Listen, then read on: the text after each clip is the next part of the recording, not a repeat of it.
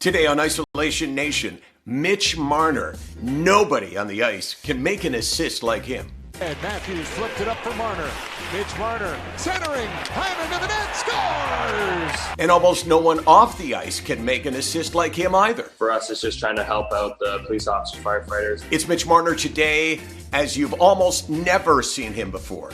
Actually, that's not 100% true. Mitch Marner could fly at 4, he could fly at 10, he could fly at 11 years old, and Mitch Marner can fly now. Austin Matthews to Mitch Marner. Great play, great goal! Mitch and time both fly.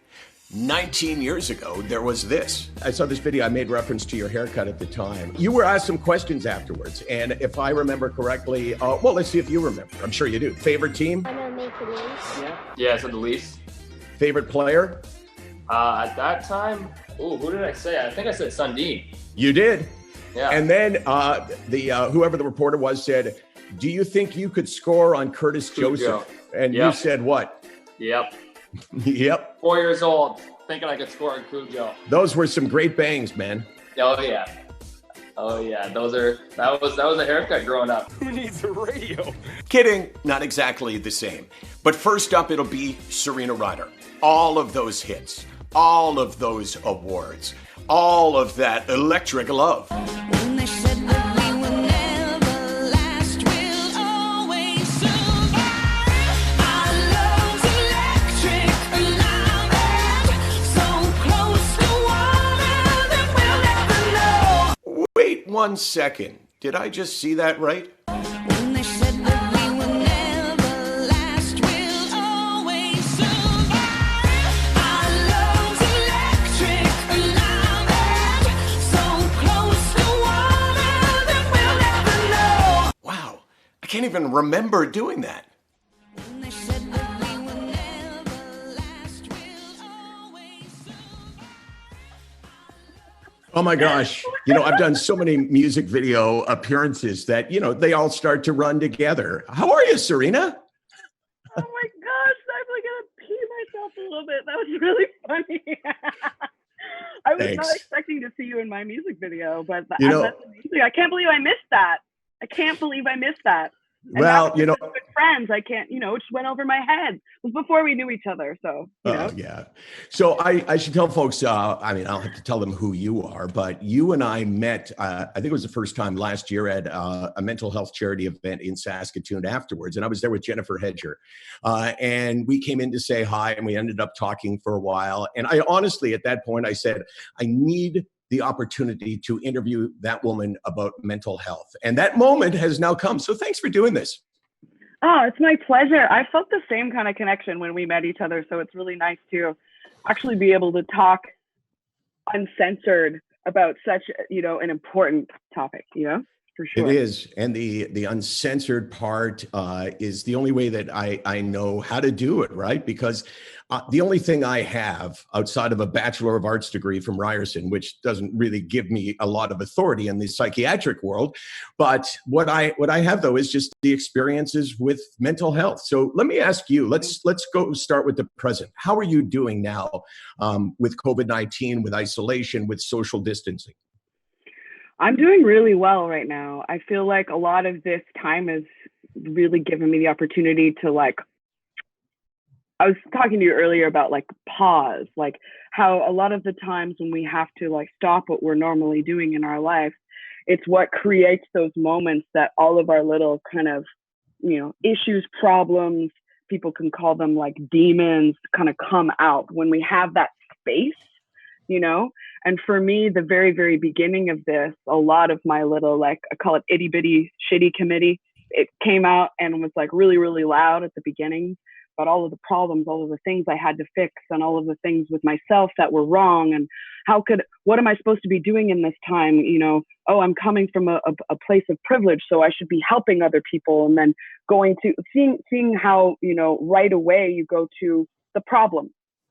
At the very beginning of this, it's how can I fix these problems that are happening, and how can I be of service, and what can I do to help? And instead of doing the thing that I realized always in hindsight, the most important thing is check in to yourself first, always you first.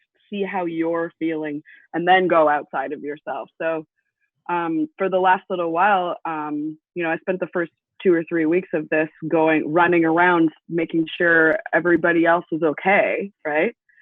And then I started feeling anxious and a lot of anxiety, and I started feeling like my chest was getting really tight all the time, and I was feeling like, like just a lot of stress in my own body. And I was like, oh, it's because I did this backwards, So I feel like this time is kind of, it's not even a microcosm, it's like a macrocosm for what's the best way to go about having a mental wellness practice.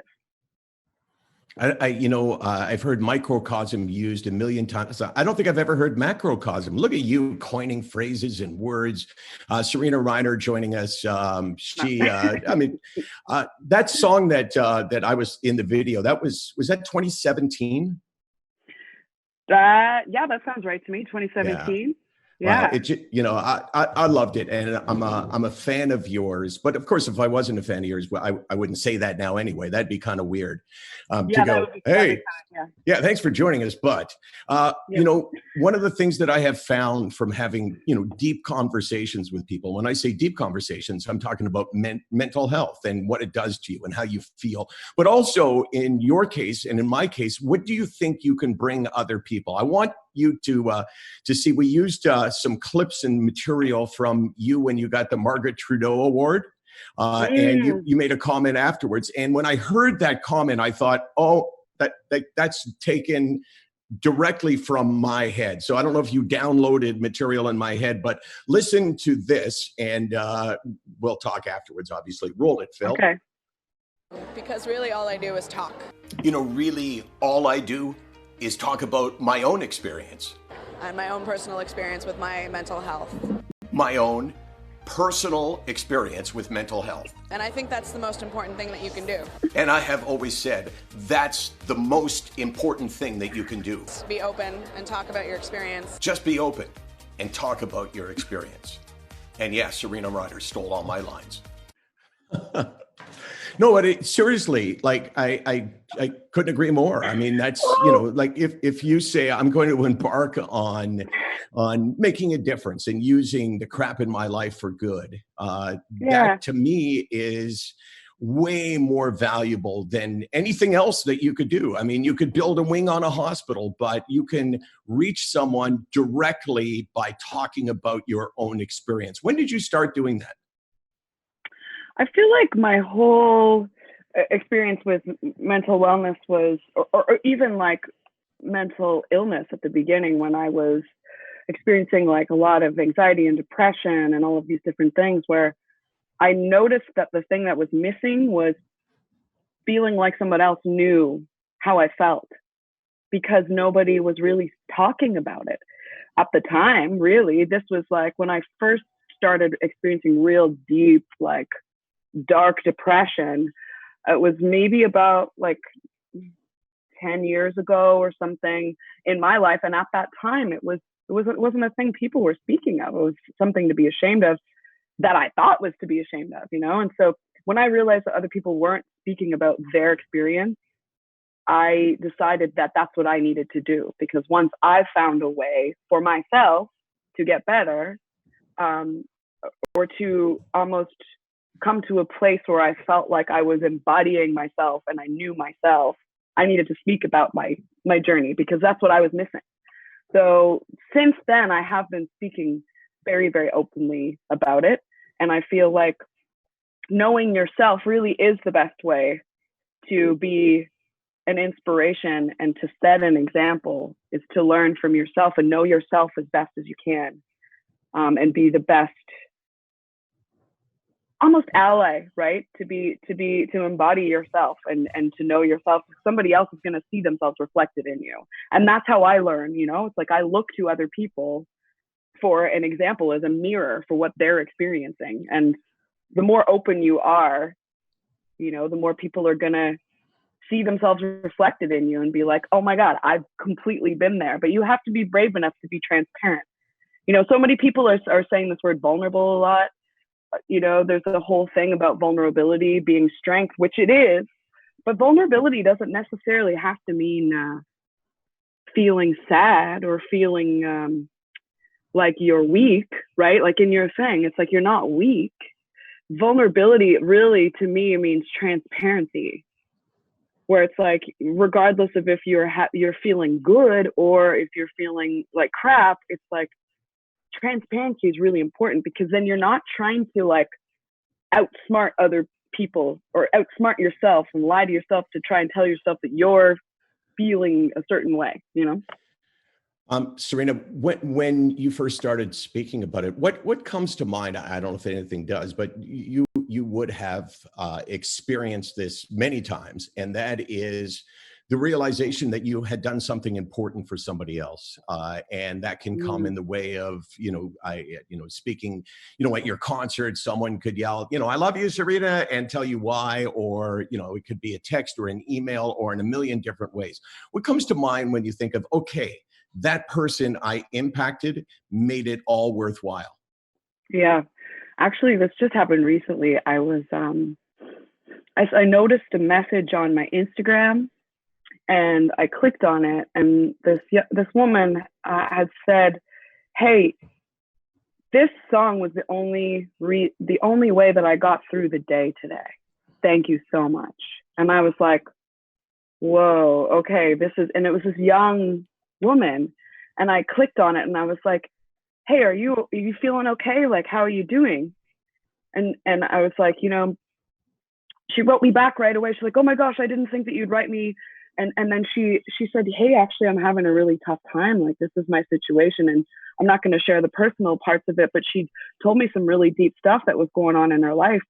And I was like, "Hey, almost like the deepest, darkest places that you can go to, and if you can go through them and you can stay present in them, will actually transform you, And I just mirrored back to her. I was like, "Hey, I see you, and I see some real strength in you." And she wrote me back and just kind of shared so much about herself. And it was almost like I was talking to like a friend, in that moment. And she's like, "You really did turn my life around by just responding." It's the simple things, like when you reach out and you have that transparency and an open heart to share where you're coming from. And that's what I do through my music. I mean, I'm not a speaker necessarily. Like, I've started to do some talks about mental wellness and things like that, but that's not my forte. My forte is like, writing songs and like sharing myself through that experience. But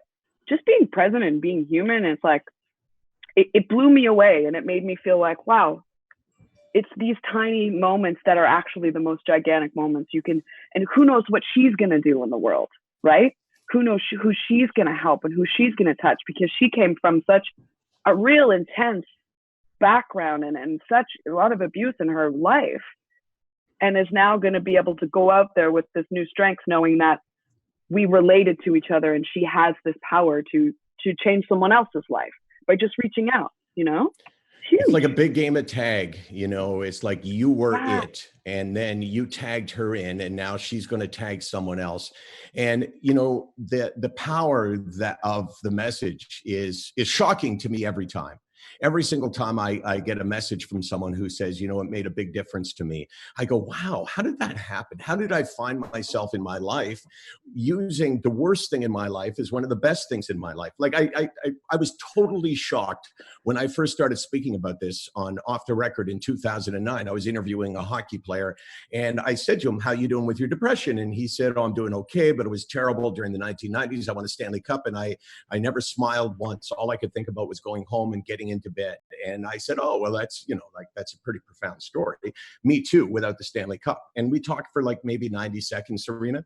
And the next day I started getting these emails from people saying, especially men, because it's less often that men speak about it than women, and women don't speak about it very often. But Yeah, it was because like, you're supposed to be so strong, right? You're supposed to be so strong and like have everything together. And it's like, oh, yeah, it's terrible. So I was so shocked. I kept reading these things and going, wow, like, how did that happen? Because I wasn't trying to make a difference in anyone's life. I just was trying to ask an interesting question on a TV show, and that was it. And that changed my life because I found out, the power of sharing. And the deeper you go, the more effective you are. So if you said, hi, I'm Serena Ryder, and I've struggled with depression and other mental health challenges since I can remember. And you know what? It's been really tough. That's good. But if you said, hi, I'm Serena Ryder, and you know what depression does to me, you know how it makes me feel, you see me on stage, you see me performing, and you think it's all easy. Well, it's not. And let me tell you what it feels like. That's the gold for people. And that's what you do. Yeah. You go way below the surface. Yeah, absolutely. I think that's the most important thing, is to be like, to share exactly what happens and what's happened to you, share your story, because it's transformative. It really is. And I love that you said, your darkest thing actually becomes your gift. And for me, it's like I don't even call it mental health anymore. It's more like my superpower, which is also, it's something that is the thing that I feel like has always stopped me, is actually the thing that's my superpower in the world. When I sit with it and when I'm able to really allow it to transform me, is amazing. It's amazing. Wow. I mean, did you, before you first shared, could you have imagined yourself having the conversation that we're having publicly? Like, if someone would have said, oh, 10 years from now, you're going to be sitting with some guy you didn't know before, but now you're going to be sharing stuff with him that is really, really personal and private and protected back then. Yeah, absolutely not, because I was still ashamed at the time, right? Like, I didn't realize that my most vulnerable places were actually my places of strength, where I could end up really empathizing, and where my heart gets bigger. Like I always have believed this, but now it's been a practice where it's like, it's not just an idea. It's like, the more your heart breaks, the bigger it gets. So you got to let your heart break, Too bad you weren't there for the Grinch.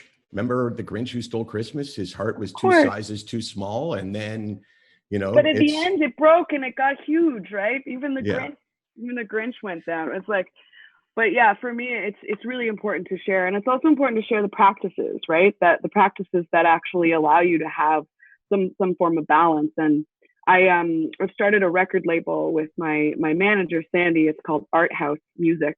And we're just about to release a program at the end of this month.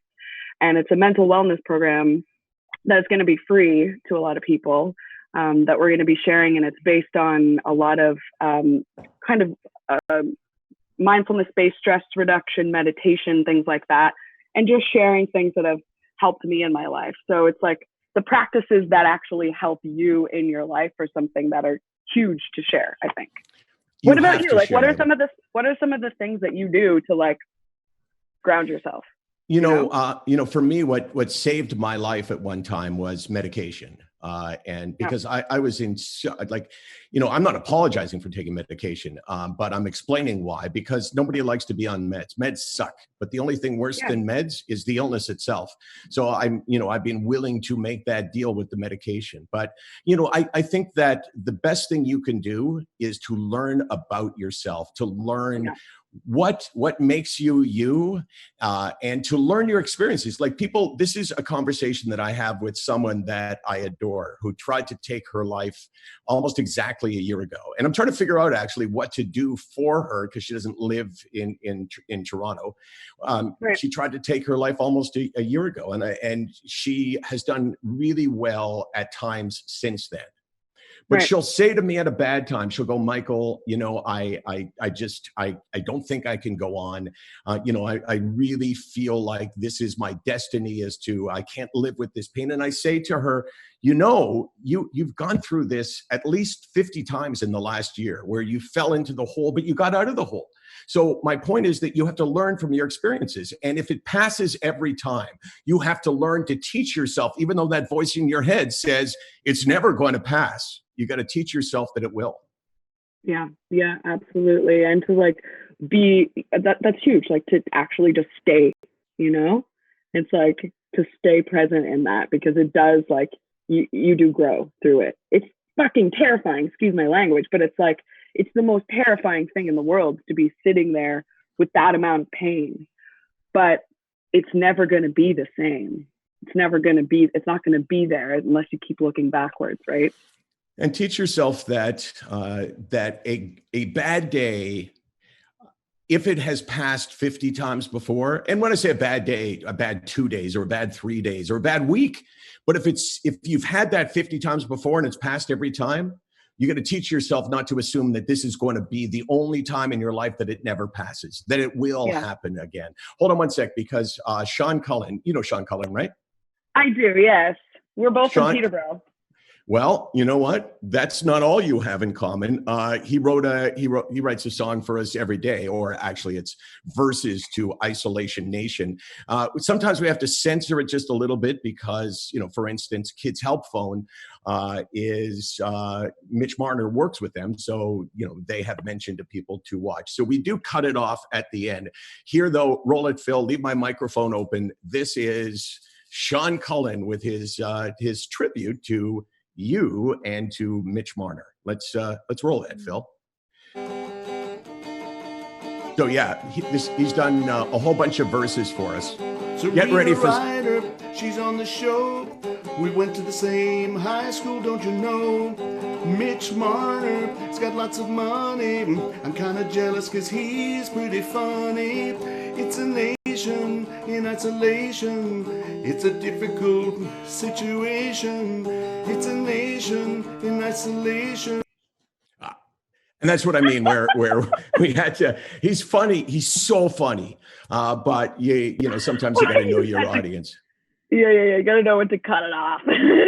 How funny, how cute was that? So I imagine you didn't know you went to the same high school as him because you said you were both from Peterborough. Did you know that you went to the same high school? We both went to PCBS. I did know that. It was a really, really cool high school. It's actually closed down now, but it was an art school. Peterborough Collegiate Vocational School is super rad, just full of artists and really cool kids. Yeah, it's great. Super rad. Okay, I'm gonna incorporate rad into my vernacular. It's gonna be in your vernacular, yeah. Yeah, it's like I heard you say it, and you made it work for you. So I'm gonna try to do the same. Gosh, time is ticking, which we all realize in our lives. But I mean, like on this show, I can't believe you and I've been talking for like 22 minutes. Really? Feels like 5 minutes. It does, and I'm just so thrilled to chat with you. But more than that, I'm thrilled to find a fellow warrior who sees the world in a really similar way. And you know, my platform compared to your platform is like a fraction of the size. But it's all about using whatever platforms you have. And I think it's amazing that you do this. And if this pandemic goes on for, say, 2 weeks, will you come back and do this again? Absolutely. I would love to. Yeah, for sure. Okay, let's do it tomorrow then. Kidding. That's rad. Thank you. I just, I want to see if there's anything I missed out on. No, you know, I scribbled down some notes, which I can't see if I'm not wearing glasses. So I'm just going to go with all good. You're awesome, Serena. Thank you. Thank you. You're awesome too. It was my pleasure. We'll talk soon, I hope. But Mitch Marner now, I'm not going to say we recorded it because that would be giving away our secrets, and there's no reason why I have to say it. But you know, Mitch Marner, talk about using your platform. Mitch, in the last 3 weeks, if you go to his Twitter page, has done a million charitable things. And when we reached out, Natasha Beretta of It Factor, this company that represents him and does his charity, I said to her, because I've known her for years, can you help us get Mitch Marner? And I'd only met him 2 times before. Once was at his charity event last year. And I thought, yeah, it's probably not going to happen. But she said, yeah, he'll do it. And this is what he did. Mitch Marner, this is part number 1. And the magical words to get this started, roll it, Phil. And Serena's awesome. Mitch Marner, a guy who lives his life the way he plays the game. You know where I'm going with this, Mitch? By the way, great to see you, man. How are you? I'm doing great. How you doing? Good. Well, I say you live your life the way you play the game, and that is that, the name of your charity is the Marner Assist Fund, right? And, it's like you took what you did on the ice and said, you know what I'm going to do? I'm going to use the way I play the game to live my life and make a difference to different causes. Is that what you were thinking? Yeah. I mean, I think pretty much known for a lot of times not taking the shot, trying to pass, trying to get more assists and goals. So I think it kind of made its way into the topic of our names when we were starting up the charity, and Natasha and I were kind of talking through it. And I think she was the one that actually came up with the great idea of bringing up the assist, or maybe it was my father, but one of them brought it up, and all of us were like, that's awesome. That's the name for sure. It's got to be that. And it's been awesome though. It's been a lot of fun being a part of it. Right. And and there's so much that I want to ask you, but it should be said that I went to your Twitter page, and I don't know the number of causes that you've been involved with in the last 3 weeks even. But it's pretty amazing. So, good for you for doing that, and good for you for not cutting your hair. Because, I was a little concerned, right? Because you got this good thick head of hair, and I thought, oh my God, what happens if he's taken to either having himself cut it or his girlfriend? But you haven't touched it, right? No, I got it right before kind of the quarantine started. Steph actually asked me about 3-4 days ago if I could trim her hair. And I said, I do not know if you really want me to do that. And then she came down, I think like 2 nights later, I was playing video games, and she came down, she's like, oh, I trimmed my hair. And I couldn't notice it, thank God. But I was playing Twitch at the time, so I had a bunch of people watching me. I was joking around that she gave herself like a skullet. So I was like joking around being like, oh boy, she shaved the whole front of her head. But don't take this the wrong way, Mitch, but no matter how bad it looked better than your hair when you were 4 years old on City TV. Yeah, those were some great bangs, man. Oh yeah. That was a haircut growing up. My parents, me and my brother, both of us rocking that. That's what your parents told you, man, because I lied to my kids the same way. That just looked like maybe it was a haircut gone bad. So you've forgiven me, right? Because at your event during the summer, I made a joke about the shoes you were wearing. And I think I said, wow. And this was just spontaneous. And then afterwards I thought, well, I was taking a risk. I think I said, because they were loafers, right? Yeah. And they were suede, if I remember. And I said something like, it looks like you stole those shoes off a dead 90-year-old Jewish man who was in the coffin, something like that. Yeah. Forgiven? Oh yeah, for sure. We were dying at that. That was. Well, just wait for this year. Broke the ice completely. I'm ready for this year's joke. I can't wait. Break the ice again for everyone. It's going to be great. Okay, so let's go back and forth between fun and serious stuff. You did something for Kids Help Phone that I thought was one of the coolest things that I've seen. You wrote a letter to kids, basically talking about how it's a tough time for you, and if they're scared, they should understand that other people like you are scared too. Are you scared, or are you tense or uptight or nervous given the fact that there is a worldwide pandemic on? No, I'm definitely nervous. I mean, the career hockey had stopped.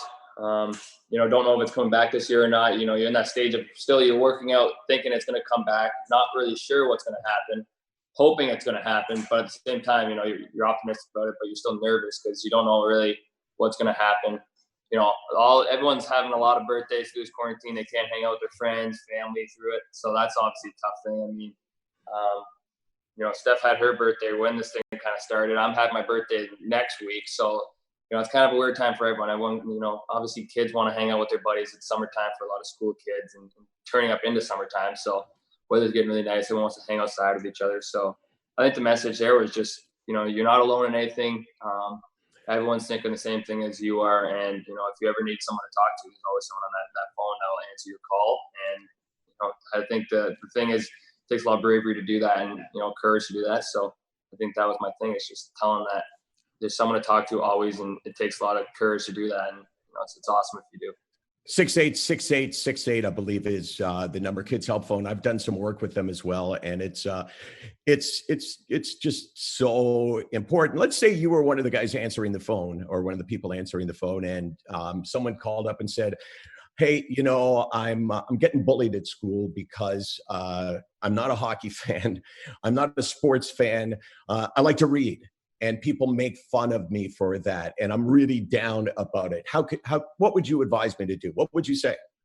Oh, I just tell them to keep reading. I mean, I think the thing in life is that whatever makes you happy, whatever else people come and say to you or try and bring you down about, don't let it affect you. I mean, I think if someone's going to make fun of you for reading, that's a pretty crazy thing. I mean, I'm sure that whatever you're going to be in life, if you start reading early, you're going to be pretty smart, I'm sure. I mean, I never really read a lot growing up, I would say. And it's something I wish I did do more of because, reading is something that really calms your mind and kind of brings you down. I know a lot of people like doing it before bed because it kind of soothes your mind and makes you fall asleep easier and stuff like that. But I mean, you learn a lot when you start reading more. I've been trying to, I wouldn't say read books. I've been trying to read a lot more articles on my phone and stuff. I read the other day about they found a new dinosaur called like the Spinosaurus or something. I saw that. I read the whole thing. I was like, this thing. I was talking to my buddies at the time. I was like, this thing is insane. Like, if it was around at this time, I'm like, no chance anyone would be in the water. This would fully take the oceans or whatever it would be in by itself, and no one would ever go in the water again. That dinosaur that they discovered, they found out was actually alive the last time the Leafs won the Stanley Cup. That's a lie.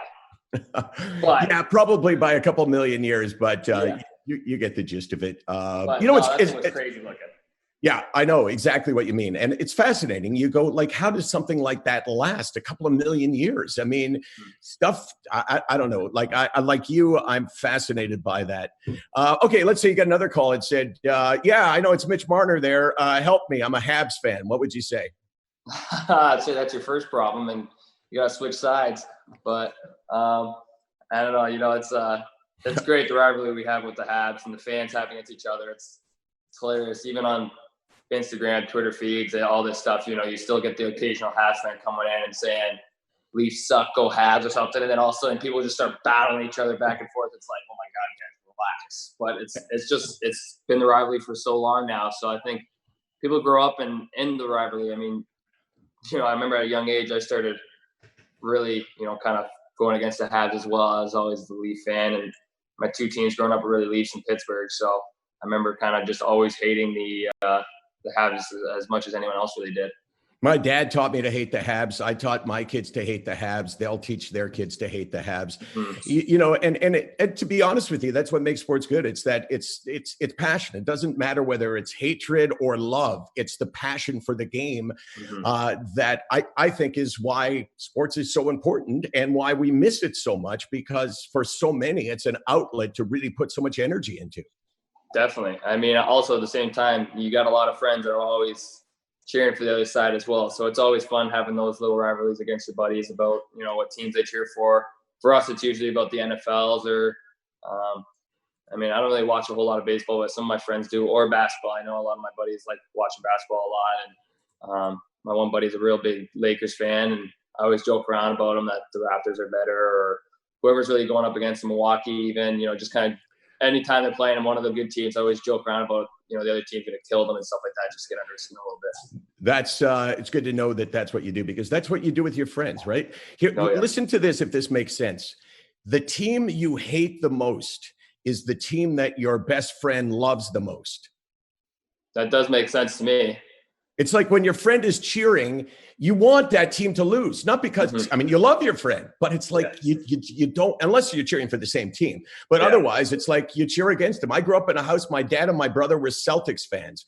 I cheered against them because I wanted my dad and my brother to be crushed by this. Yeah, that's like me right now with, I got a lot of buddies that are really big Bills fan. And this kind of last year and a half ago, I started really watching the NFL more and getting more dialed into it, I would say.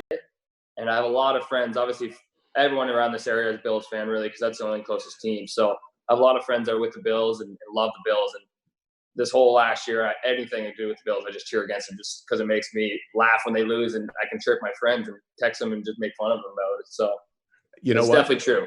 So true for me with the Bills too. Carlo Coliacopo, the guy that I work with, loves the Bills, which, and I don't know why we are like this, But like, why do I hate the Bills? Because he loves the Bills. It's just this really weird thing about being a guy. I think being a sports fan and having good friends. I don't know what it is. Yeah, I don't know either, but I agree with that. It is true that usually whenever your friend likes the team or loves a team and cheers for them, that you would like to go against them. Hey, Mitch, I saw this video. I made reference to your haircut at the time. I mean, it was God, it was so cute. You were 4 years old. You were skating better than my son could skate when he was 16, probably. And he knows that. So he's not going, oh my God, I can't believe he said that. But you were asked some questions afterwards. And if I remember correctly, well, let's see if you remember. I'm sure you do. Favorite team? Yeah, I said the Leafs. Favorite player? At that time, who did I say? I think I said Sundin. You did. Yeah. And then whoever the reporter was said, do you think you could score on Curtis Joseph? And you said what? Yep. Yep. 4 years old, thinking I could score on Cujo. That was I mean, it was just like so prophetic, though, seeing the guy when he's 4 years old, like talking about playing in the NHL. And then, that the country is filled with kids who are 4 years old who think they're going to make it to the NHL. And they're, worst of all, their parents think they're going to make it to the NHL. And then, eventually, like 100,000 kids, how many make it? Anyway, the point is that you had that in mind right from the start. If you weren't doing playing hockey, what would you do? Oh, that's a tough question. I mean, I always said when I grew up, if I wasn't going to be a hockey player, I wanted to try and be like a lawyer. Looking back at it, I do not have the brain to be a lawyer unless I needed to study a lot harder. But I don't know. I mean, that's tough to think of now. I mean, obviously. It doesn't matter now is the point. Yeah. Right? Yeah. That's another good point. But obviously I'm going to have to do something after hockey. It's not going to last forever, but when that time comes, I'll think of something. But yeah, I think you got time. Yeah. I mean, I always growing up, I always joked around about wanting to be a lawyer or something like that. But, obviously I would have to do a lot of different things other than going to the OHL and all this other stuff. You and me both. I grew up in a house. My dad was an orthodontist and my brother's a kidney doctor, right? So everyone was professionals. And I never wanted that, nor could I do that, right? I couldn't do well enough in school to get into medical school. I couldn't get into dental school. My dad said to me, I teach at the university. If you want to go to dental school, this was after first year at U of T, I might be able to help you get in. No word of a lie. I showed him my marks at the end of first year and he goes, I can't help you that much. So in the end, yeah, you're on your own, son. You're on your own. How's your dog? He's great. He's sitting right now on the carpet beside Steph. Steph gave him a little bone, so he's just gnawing away on it. Okay, well, you got to get him over because I got my dog Wrigley here, and I think you got to see Wrigley, and I want to see Zeus. Hey, Riggs, come here, buddy. I'll go bring it to Zuzi. I don't know if he'll get up and come here, Riggs. 5 seconds. Zeus. Hey. Come here, Riggs. Okay. Steph, do you want to hold this? Oh, I guess I can actually go selfie cam with it. Here, bud. Here, bud. There he is, just mucking his bone. Can you see Wrigley? No. Not yet. You got to bring your camera down a little bit. Yeah, I'm hoping that he's going to jump up. It's not like I'm putting incentive on the table, but yeah, there is. Yeah, Zeus is now too big to get held. I picked him up yesterday and I was almost threw my back out. So let me see if I can pull this off like it looks like it's all just unfolding. Oh, wow, Mitch, I'm glad you didn't throw your back out. That would really screw up the Maple Leafs if hockey returns. That's Mitch Marner. We recorded that last week, and part 2 of Mitch Marner is coming up tomorrow. What a really good, I can't believe I'm going to say it, young man. God, you sound so old. He's a good young man. But the truth is he really is. And we appreciate his time and all he has done for really, if you think about it, a million different causes, including the Marner Assist Fund, which he's done a great job raising money and giving it to a whole bunch of different charities, but all ones that I would look at and say, well, yeah, you know what? Good for him for doing that. So we'll talk to Mitch tomorrow for part 2, and a reminder that, that's coming up, but also thanks to Janssen. Jensen said to us, as I've said a lot on this show, just do something good. We'll give you some money and just do something good with it. And, for us, good means finding people to open up and share, as Serena Ryder did and as Mitch Marner just did. I love Serena. I can't believe how, you find people who just see the world sometimes the way you see it. And she's got this big platform and she's using it for good, and she's making a difference, changing lives, and also saving lives. And I try to leave you with some Landsberg wisdom, which maybe isn't that wise, but it's the best I got. So I'm going to go with today. I always look through and find something that I think I should use. And today it's this: the depression poker face. If you play poker, this will make sense to you. You look like you got a full house. You feel like you have a 7 high. Or put it another way, the depression poker face: full house on the outside, empty house on the inside.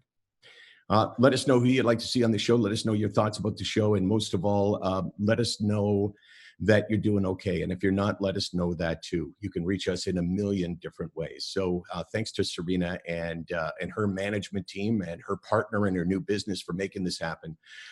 We'll see Mitch Marner again tomorrow on Isolation Nation. So long. Hey, Riggs, guess who's on the show Wednesday, Thursday? Your favorite Toronto Maple Leaf ever. Matt Sundin? No, a current Maple Leaf, not Matt Sundin. Zach Hyman? Not Zach Hyman. Oh, Mitch Marner. Hey, folks, Michael Landsberg here. Hey guys, it's Mitch Marner.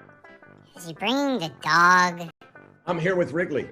I'm here with Zeus. Okay, Riggs, you know Zeus does tricks, right? Big deal. The dog can't play defense. Look at this. Falls for the same fake every time. Down. Roll over. Roll over. Roll over. Good boy. Okay, I'm impressed. Anything else? Okay, are you and Zeus got any plans for the near future? Because we want you on the show. Isolation Nation, baby. That's me and ML and Mitch and Zeus on Isolation Nation Wednesday and Thursday, where I kick Zeus's ass. That's a lie.